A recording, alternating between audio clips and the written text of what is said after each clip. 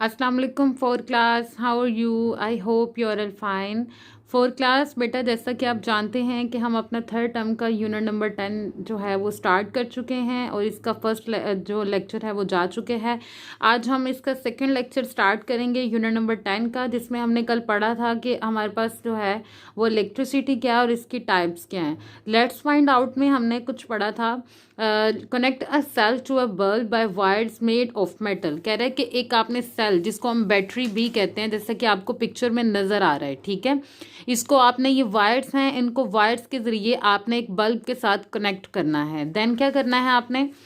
There is a complete pathway from positive end to the cell of the cell to the negative end. What does it mean for the bulb? कह रहा है कि अगर देखें यहाँ पे इसका पॉजिटिव टर्मिनल जो है वो सेल के एक सिरे से जुड़ा हुआ है और इसका नेगेटिव टर्मिनल जो है वो सेल के दूसरे सिरे से जुड़ा हुआ है। इसका मतलब है ये कंप्लीट पाथवे है, इसमें कोई गैप नहीं है। और जब हम इसके दोनों टर्मिनल्स को इसके साथ अटैच कर देंगे, इसका मतलब है हम स्विच ऑन कर देंगे और ये बल्ब क्या हो जाएगा? लाइट करेगा, यानी कि रोशन हो जाएगा।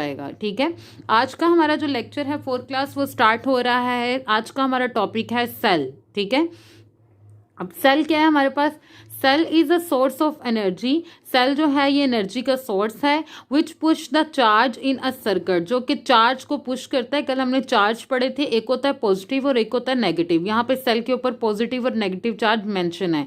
ठीक है, ये पुश करता है एनर्जी को जो है वो इन द सर्किट में push the charge in the circuit. जो चार्ज है वो सर्किट में पुश करता है, जिसकी वजह से जो है वो कोई भी चीज़ जो है वो रोशन होती है। ठीक है, उसके बाद मैंने अभी वर्ड यूज़ किया था स्विच ऑन करने का। स्विच क्या है? एन इलेक्ट्रिक, इसको अपनी बुक पे हाईलाइट भी करें और आपने लर्न भी करना है।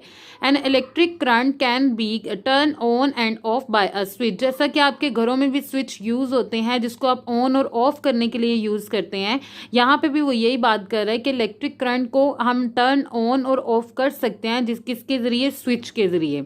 The switch form a bridge, ये एक ब्रिज है in the path way of the flow of electricity. Electricity के फ्लो में ये एक ब्रिज का काम करता है। अगर हम इसको ऑन करेंगे तो इलेक्ट्रिसिटी जो है वो फ्लो करेगी, अदरवाइज अगर हम इसको ऑफ कर देंगे तो इलेक्ट्रिसिटी फ्लो होना बंद हो जाएगी।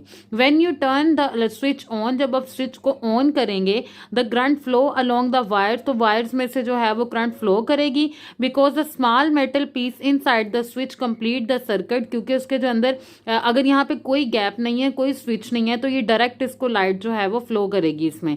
अगर यहाँ पे स्विच है अगर, तो वो ऑन है तो लाइट फ्लो करेगी, अदरवाइज लाइट फ्लो नहीं करेगी।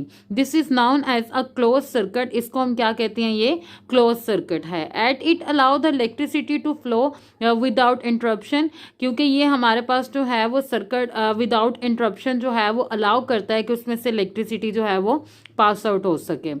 When you turn the switch off, जब आप स्विच को ऑफ कर देते हैं, the metal piece move away from the wire and the electric circuit stop flowing. तो जो मेटल पीस है वो वायर से दूर चला जाता है, यहाँ यानी कि यूं यहाँ पे स्विच होता है और ये वायर होती है हमारे पास। ठीक है, जब हम इसको इसके साथ जोड़ते हैं तो स्विच ऑन हो जाता है, जब ये इसके साथ नहीं जुड़ा हुआ होता है तो स्विच ऑफ हो जाता है। ठीक है, बिल्कुल इसी तरह यहाँ पे एक जो है वो सेल लगा हुआ होता है, यहाँ पे एक बल्ब लगा हुआ होता है, जिसकी वजह से जो है वो सेल की वजह से ये बल्ब ऑन होता है। और ये स्विच होता है, जब आप इनको वायर्स के साथ जोड़ोगे तो ये ऑन हो जाएगा, जब नहीं जुड़ा होगा तो ये ऑफ हो जाएगा।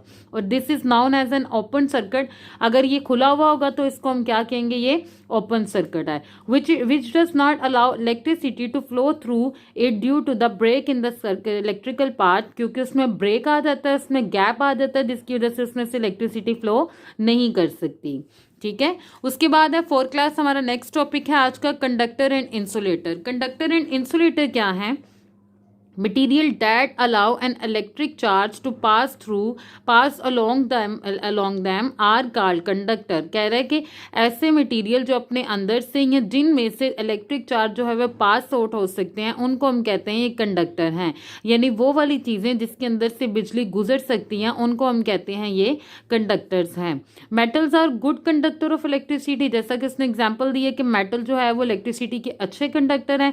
The electric charge move through the metal metal by passing from atom to atom, और उसमें जो इलेक्ट्रिक चार्ज जो है वो मूव करते हैं किसी भी मटेरियल में से, किसी भी कंडक्टर में से, वो एटम टू एटम करते हैं। When pushed by an energy source, जब किसी एनर्जी सोर्स से उनको पुश किया जाता है, जैसे यहाँ पे हमने सेल यूज किया था।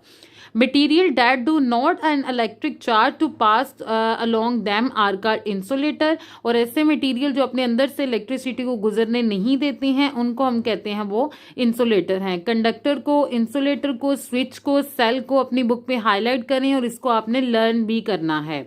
उसके बाद है plastic, rubber and wood are insulator. Electric wires are made up of conductor. Electric wires जो हैं वो कंडक्टर यानी कि मेटल की बनाई जाती हैं, या आप उसको देखें तो वो कंडक्टर्स की यानी ऐसे मटेरियल से बनी हुई होती हैं जिनके अंदर से इलेक्ट्रिसिटी पास हो सकती है। The handles and bodies of electrical appliance are made up of insulator. लेकिन वायर्स तो कंडक्टर मटेरियल की होती हैं, लेकिन उसके ऊपर जो स्विच बोर्ड लगे होते हैं या उनके हैंडल्स लगे होते हैं वो हमेशा इंसुलेटर मटेरियल के साथ बनाए जाते हैं। ठीक है, उसके बाद है हमारे पास what are electric wire made of. अभी हमने पढ़ा कि वो कंडक्टर की बनती हैं। What about the handle and bodies of electric appliance, अभी हमने पढ़ा कि वो किसकी बनती है, हमारे पास इंसुलेटर की बनती हैं। रिमेंबर एंड अंडरस्टैंड में है व्हाट इज अ स्विच। आप यहाँ से देख के इसका आंसर यहाँ पे लिख भी सकते हैं, उसको लर्न भी कर सकते हैं। हाउ डज इट वर्क, तो हमने यहाँ पे ये भी पढ़ा है कि वो वर्क कैसे करता है। सो स्टूडेंट्स, ये था आज का आपका लेक्चर यूनिट नंबर 10 का। आई होप कि आप सब बच्चों को समझ लग गई होगी। आपने अपने नोट्स खोलने हैं जिसमें हमने कल की रीडिंग के अकॉर्डिंग क्वेश्चन आंसर लर्न करने हैं, जैसे कि है what is proton, the nucleus of an atom contain proton which carry a positive charge. Atom का न्यूक्लियस जिसके ऊपर जिसको हम प्रोटॉन कहते हैं, जिस पर कौन सा चार्ज होता है, पॉजिटिव चार्ज। ठीक है, इसी तरह क्वेश्चन नंबर 2 है अराउंड द न्यूक्लियस। न्यूक्लियस के अराउंड आर पार्टिकल, जो पार्टिकल्स होते हैं उनको हम कहते हैं इलेक्ट्रॉन्स हैं। Which carry a negative charge, और उन पर कौन सा चार्ज होता है, नेगेटिव चार्ज। ये भी हमने कल ही रीडिंग की थी। Name the 2 kind of electric charge. Number 1 positive charge and number 2 is negative charge. यहाँ पे हमारे पास कुछ मीनिंग्स हैं फॉर क्लास। पॉजिटिव मीन मस्बत, स्टेटिक साकत, इंसुलेटर गैर मौसल, नेगेटिव मनफी, कंडक्टर मौसर। यहाँ तक कि आज की आपकी रीडिंग के मीनिंग्स हैं, ये भी आप इनको अच्छे तरीके से लर्न करेंगे। आई होप कि आप सब बच्चों को समझ लग गई होगी। Thank you so much for class.